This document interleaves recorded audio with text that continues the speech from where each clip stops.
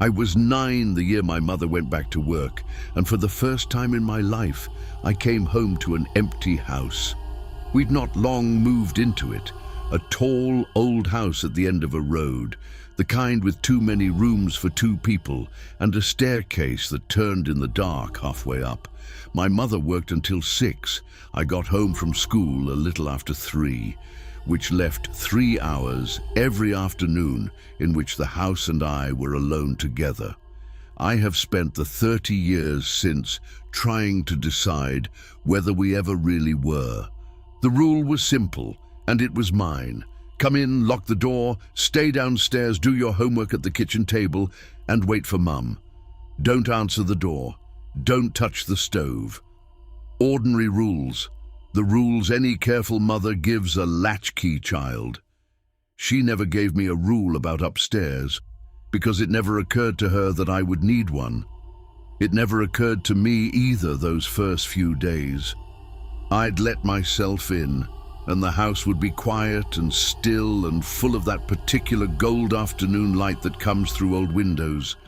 And I'd sit at the kitchen table and not be afraid, because there was nothing to be afraid of. I was a sensible child. Downstairs was mine. It began in the 2nd week. I was at the table, and above me, directly above me, in what I knew was my mother's bedroom, the floorboards creaked. Not the random tick and settle of an old house cooling. I knew those already. This was weight.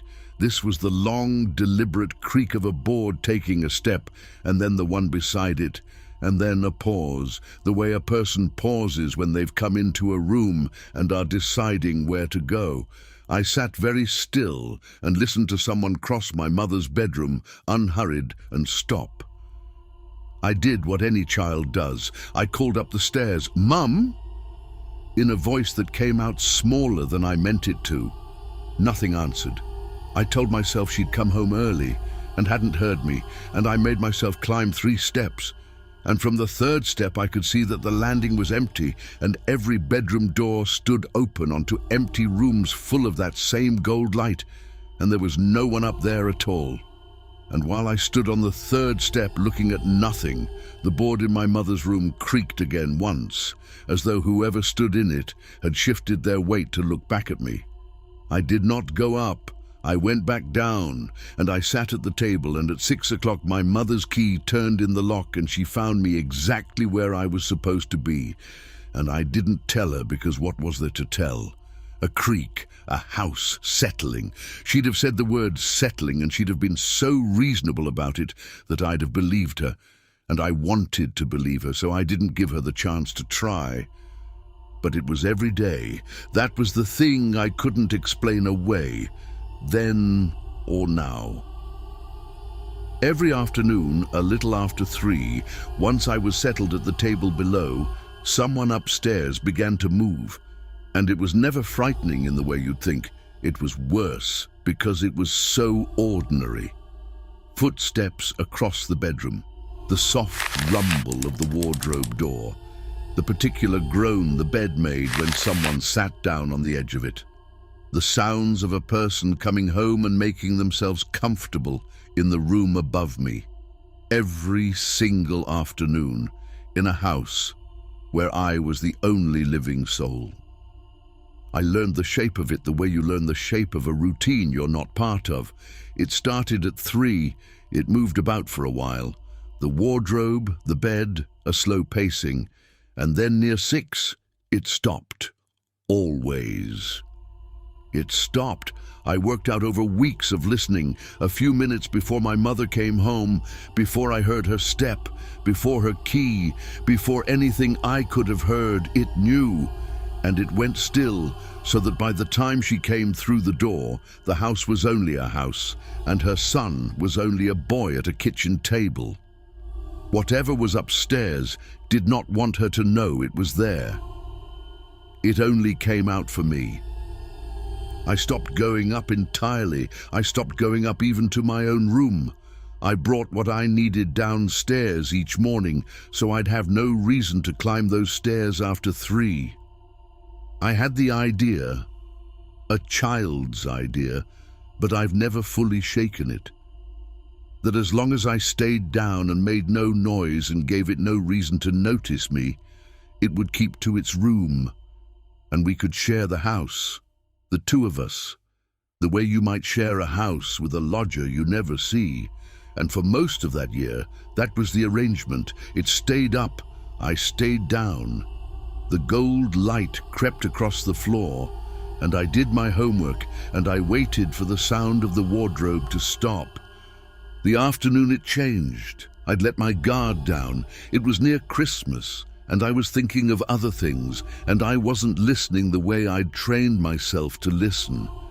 And that was the day I heard, for the first time, footsteps come out of my mother's room and onto the landing. Not the pacing I knew, footsteps that crossed the landing and started slowly down the stairs. I froze at the table, and a voice, my mother's voice, her exact voice, warm and a little tired, called down the turn of the stairs, "I'm home early, love. Come up and help me with the shopping." She had never come home early. There was no shopping. And I would like to tell you I knew at once that it wasn't her. But that would be a lie. For one endless second, my whole chest lifted the way it always did at the thought of not being alone anymore. And I stood, and I took a step toward the hall, toward the stairs, toward the voice that knew exactly what a lonely child most wants to hear. And then, I have thought about this moment my whole adult life. I heard at that very same instant, from the other direction, the real sound of a key going into the front door. Two things happened at once. My mother, the real one, opened the front door in the ordinary way, home at her ordinary time, calling my name in a voice with none of that warmth in it, because she was tired and carrying bags and not performing anything. And above us both on the stairs, the footsteps that had been coming down, the ones that had used her voice, stopped dead, halfway down, caught between us. And in the silence that followed, I watched my mother's face change, because she had heard them too. For the first time in a year, someone other than me had heard the thing on the stairs. We didn't stay. We went to my grandmother's that night and never slept in that house again. My mother broke the lease and paid whatever it cost, and never once told me I'd imagined it, which is how I knew she hadn't. It was years before she'd speak of it, and when she finally did, she told me the one thing she'd learned and kept from me, that the family before us had a boy about my age, and that he had died in that house upstairs in the afternoon while his mother was at work. She didn't know the details. I've never wanted them. Here is what I've come to believe, for whatever it's worth. I don't think the thing upstairs was trying to frighten me, those long gold afternoons. I think it was lonely, the way I was lonely. A child left alone in an empty house every afternoon at 3, waiting for a mother who was never coming home again. I think it heard me down there, another boy alone at the same hour, and it wanted what I wanted. For the waiting to be over, for someone to come up the stairs, for the house to not be empty. And I think if I'd gone up that day, it would finally have had that. Company, someone to be alone with upstairs at 3 o'clock, forever. I stayed downstairs. I've stayed downstairs my whole life. But some afternoons, when the light goes gold, I still catch myself listening. And some part of me is still 9 years old, still at that kitchen table, still not entirely certain that I ever really got out of that house at all. I took the position of live-in caretaker at Thornfield the winter I turned 50, when the family who owned it had gone abroad and wanted a single trustworthy body to keep the great house from dying in their absence. It was the sort of house they don't build anymore. Gaslit still, the family having a horror of electric wiring, so that every evening I went round with a taper lighting the mantles, and the whole place breathed that soft amber hiss all night. 40 rooms, and me. And, in the kitchen passage, a wall of bells. You'll have seen them in old houses or in pictures of them, a long board mounted high on the kitchen wall, a row of little brass bells on coiled springs, each with a painted label beneath, naming the room it answered to. The blue room, the library, the master's study, the long gallery. In the house's great days, a tug on a bell pull in any room would set its bell dancing on the wall below stairs, and a servant would read the label and go. There had been no servants at Thornfield in 40 years. The pulls still hung in every room, faded and frayed. The bells still sat on their springs. And they were, the departing housekeeper told me as she handed over the keys, quite dead. The wires long perished. I was not to mind them. I minded them a great deal before the end. For the first month they were silent as promised, and I kept my rounds and my routines and slept in the old housekeeper's room off the kitchen, within sight of that board of dead bells, and thought nothing of them. The house was lonely but not unfriendly. The gaslight hissed. The wind worked at the old windows. I was, if anything, content. The first bell rang a little after 2 in the morning. I came up out of sleep, certain I'd dreamed it, and lay in the dark, listening to the ordinary noises of a great house at night. And then it came again, a bright, insistent jangle, unmistakable, from the board on the wall not 10 feet from where I lay. I lit my candle. One bell was still swinging on its spring, shivering its note round the kitchen, and beneath it the little painted label read, "The Blue Room." A room I had shut and dusted that very afternoon, a room 3 floors up, empty, its bed under holland covers, a room whose bell pull, I would have sworn, no living hand had touched in 40 years. I told myself the wire had not perished after all, that some contraction of the cold had tugged it, that there was a rational path from an empty room to a ringing bell. And I climbed all 3 flights in my nightgown with my candle to prove it to myself. The blue room was empty, the holland covers undisturbed. The bell pull hung by the cold hearth exactly as I'd left it, still and innocent. And below me, faint through 3 floors of the sleeping house, I heard another bell begin to ring. After that they came most nights, and from more rooms, the library, the long gallery, the master's study, always in the small hours, always from rooms I'd left empty and cold, and each time I went up, for what else could I do?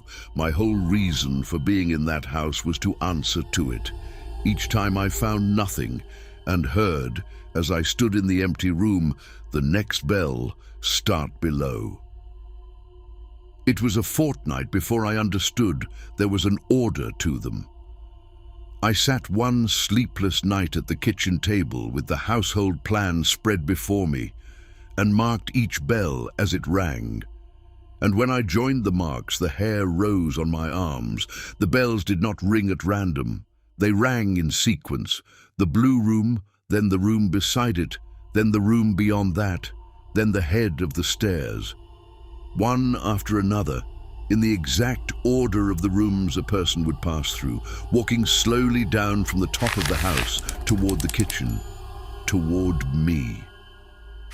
Something was coming through Thornfield in the dark, room by room, and at each room it reached it, pulled the bell and asked in the only voice the house had left it for someone to come. I should have gone. I stayed, partly because I was paid to stay, and partly because I am the kind of fool who, once a house begins to call for her, has to know what it wants. And so I began to answer them properly, to follow the sequence upward through the gaslit dark, room to room, always arriving just after the pull, the bell rope still swinging, the room still empty, the next bell already sounding from beyond the wall. I was being led through my own house like a servant answering a summons. I knew it. I went. And then one night a bell rang that had no label. I need you to understand what that board was. 40 rooms, 40 bells, 40 little painted names, and I had come to know everyone. But that night, woken by the jangle, I lit my candle and saw that it was not any of the 40. It was a bell at the very end of the board, in the shadowed corner where the wall met the passage to the cellar stairs, a bell I would have sworn was not there the day before. And beneath it, the little brass label frame was empty. No painted name, no room. A bell for a room the house did not admit to having. And it rang and would not stop. I followed it. God help me. 40 nights of being trained to answer, and I followed the one bell that had no name. Down, not up. Down the cellar stairs into the cold, past the wine bins and the old coal store, to the mouth of the dumbwaiter shaft, the little service lift the kitchen had once used to send meals up to the dining room. The shaft ran up through the house, but standing before it, my candle guttering, I understood that the ringing came from the wrong direction. It came from below, from down the shaft, from further down than the shaft had any right to go, below the cellar, below the foundations. From some black depth under the house where a bell pull I could not see was worked over and over, patient, tireless, calling for service from a room with no name and no floor and no business existing at all.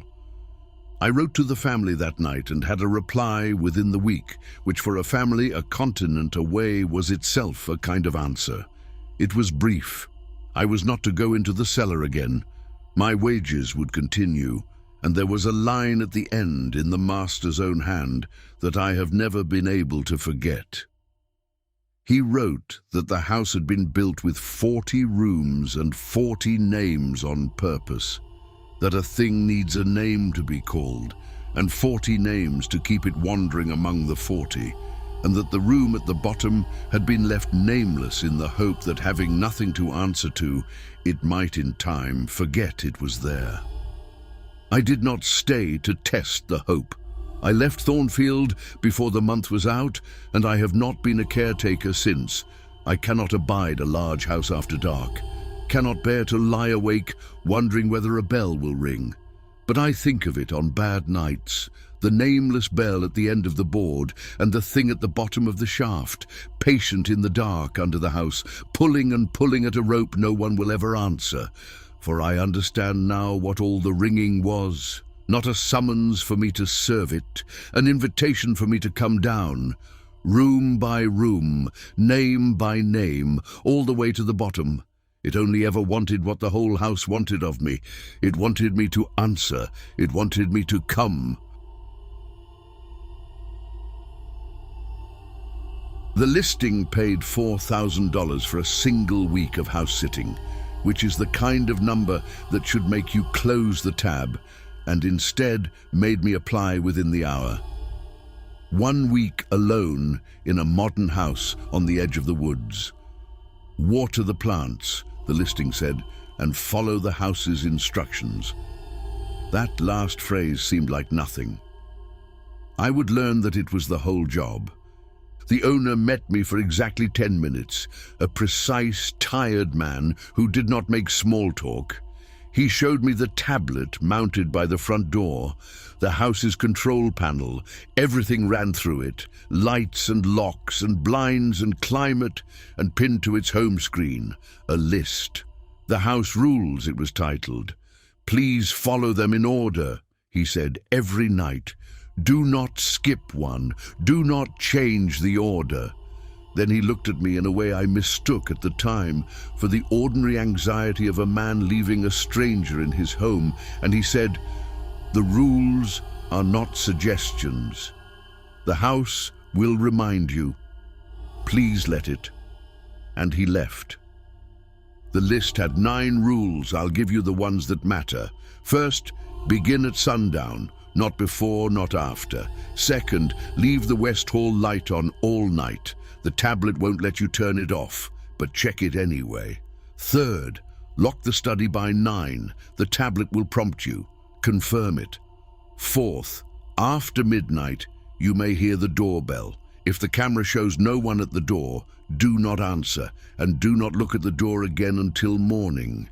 5th, and underlined, the house must never read 0 occupants. Keep the count above 0. There were more. Water. The plants was rule 9, last, almost a joke after the others. The first 2 nights I followed the list like a tourist reading phonetically from a phrasebook, not understanding a word, just making the sounds. At sundown, the tablet chimed and walked me through it. West Hall light confirmed on, study locked at 9 confirmed, and a line I hadn't clocked from the printed version, the tablet at the end, showed the occupancy. Occupants 1, a little green one. Me, above 0. Good.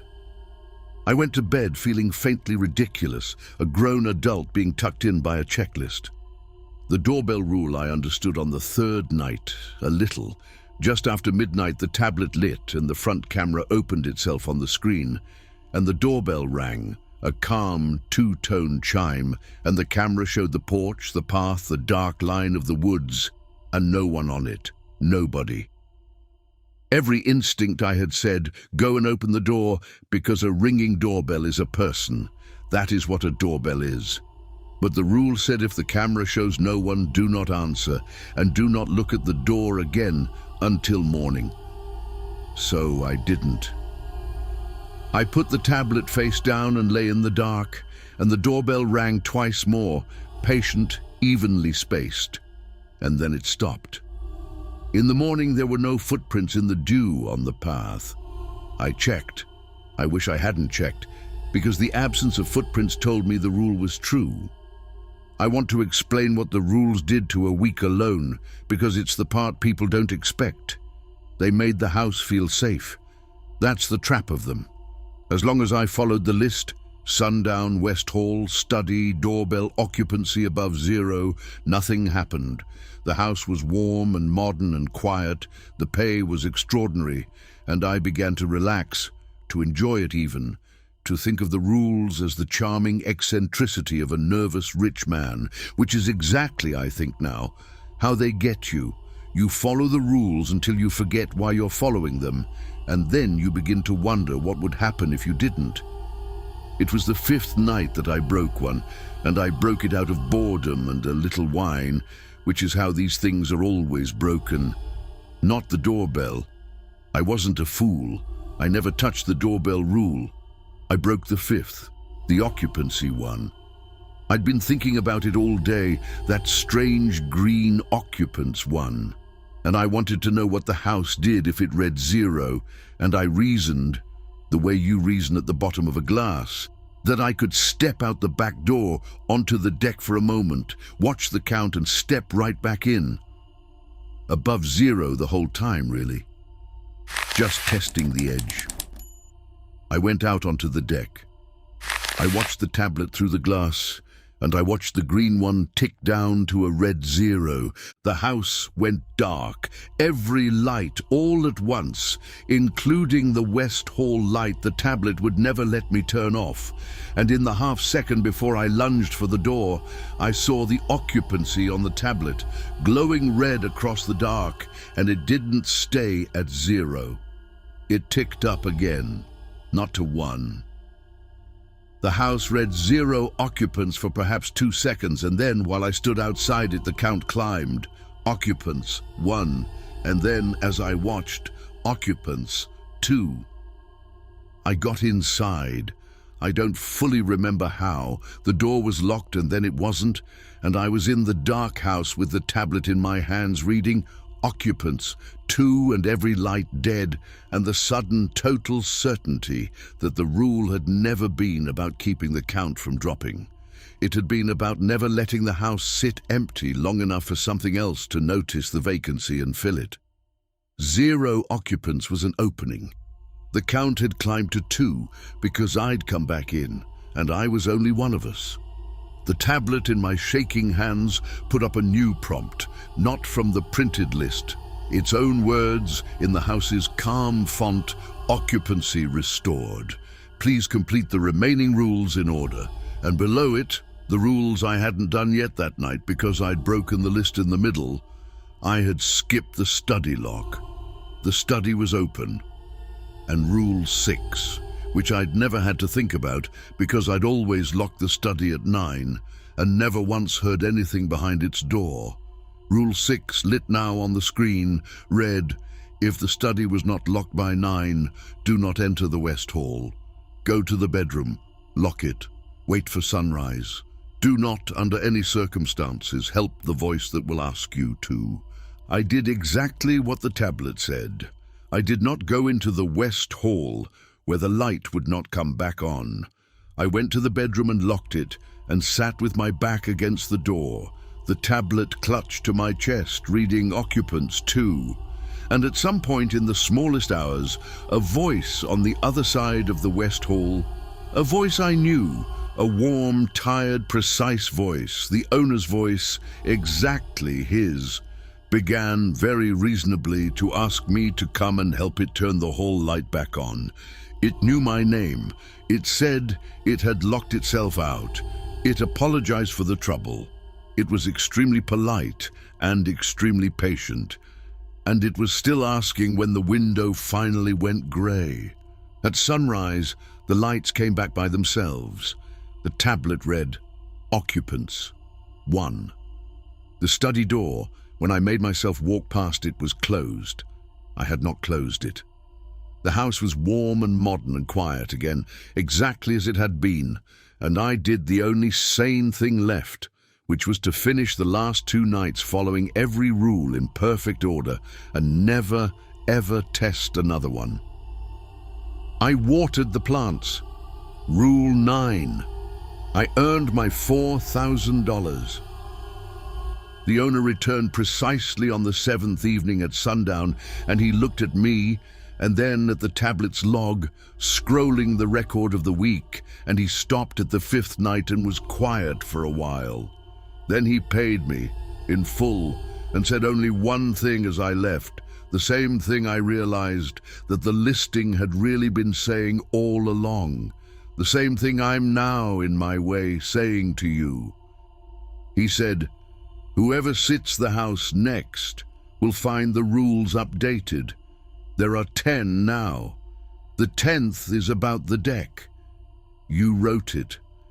And I understood that I hadn't survived the house's rules. I'd become one of them.